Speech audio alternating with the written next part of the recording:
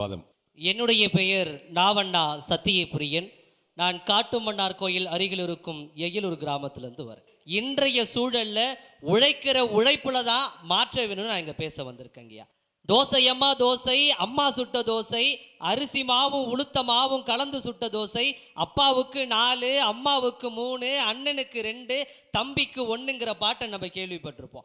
தம்பியும் அண்ணனும் வயசில் சின்னவங்க, அவங்களுக்கு 2 தோசையும் 1 தோசையும் போதுமானதாக இருக்கும். ஆனால் அப்பாவுக்கும் அம்மாவுக்கும் வயசு ஒன்று தான், உழைக்கிற உழைப்பு ஒன்று தான். வீட்டுக்கு வெளில அப்பா உழைக்கிறாருன்னா வீட்டுக்குள்ள காலையிலிருந்து இரவு வரைக்கும் உழைச்சி ஓடா தேயிறாங்க அம்மா.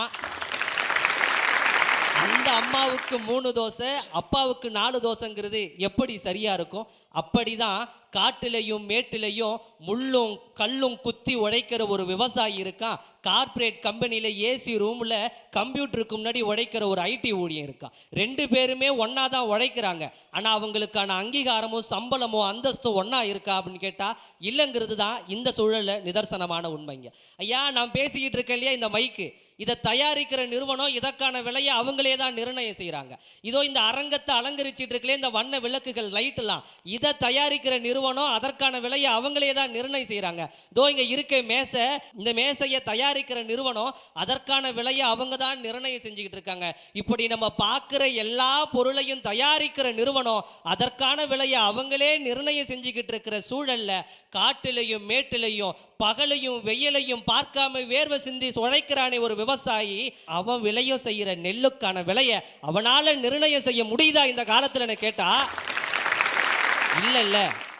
அந்த சூழ்நிலை மாறணுங்கிறதுக்காக தான் இன்றைய சூழ்நிலை உழைக்கிற உழைப்பிலேயே மாற்ற வேணும்னு நான் பேச வந்திருக்கேன். உழைச்சிக்கிட்டே இருக்காங்கள, மாற்ற முடியல. மாற்றம் வேணுங்கிறதுக்காக தான் ஏன் பேசுறேன். எப்படி மாற்றம் வரும்? இவ்வளவு நாள் உழைச்சிக்கிறேன், மாற்ற முடியலையே. அப்ப மாத்தி நம்ம மாறிக்கணும். வேற எதுக்காவது, வேற எதுக்காச்சும் மாசம்னா சாப்பாடு சாப்பிட முடியுமா? நாளைக்கு கம்ப்யூட்டரை மாத்திக்கலாம், டேபிளை மாத்திக்கலாம். அலுமினியம் டேபிளுக்கு மர டேபிள் வந்துடும். சாப்பாட்டுக்கு என்ன பண்ணுவோம்? ஆப்பிளை சாப்பிட்டுட்டு உயிர் வாழ முடியுமா? 2 நிமிஷம் தான் வாழலாம். ஐயா, கடைசியா இப்படி சொல்லி முடிக்கிறேன்.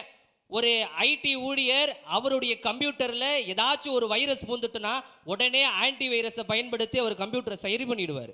எல்லா ஊழியர்களுக்கும் உடனுக்குடனாக அவங்க தொழிலை மாற்றிக்கிறதுக்கும் சரி பண்ணுறதுக்கும் வாய்ப்பு இருக்குது. ஆனால் ஒரு விவசாயி, மழை எப்போ வரும்னு தெரியாது, மழை வந்தால் பயிர் அழுகி போயிடும், வெய்ய எப்போ வரும்னு தெரியாது, பயிர் கருகி போயிடும். மழை வந்து அவர் விவசாயம் செஞ்சு காத்த நெல்லை காவந்து பண்ணுறதுக்கு கிடங்கு இந்த காலகட்டத்தில் கிடையாது. எல்லாரும் உழைச்சிக்கிட்டு தான் இருக்கான். உழைக்கிற எல்லாருக்கும் ஆகாரம் கொடுக்குற விவசாயியும் உழைச்சிக்கிட்டு தான் இருக்கான். அந்த விவசாயி வாழ்க்கையில் மாற்ற வேணும், அதுக்கு ஒரு அங்கீகாரம் வேணுங்கிறதுனால தான் வாழ்கிற உழைப்பில் இன்றைய சூழலில் மாற்ற வேணும்னு இந்த அரங்கத்தில் நான் பேச வந்திருக்கேன். நன்றி. விவசாயத்தை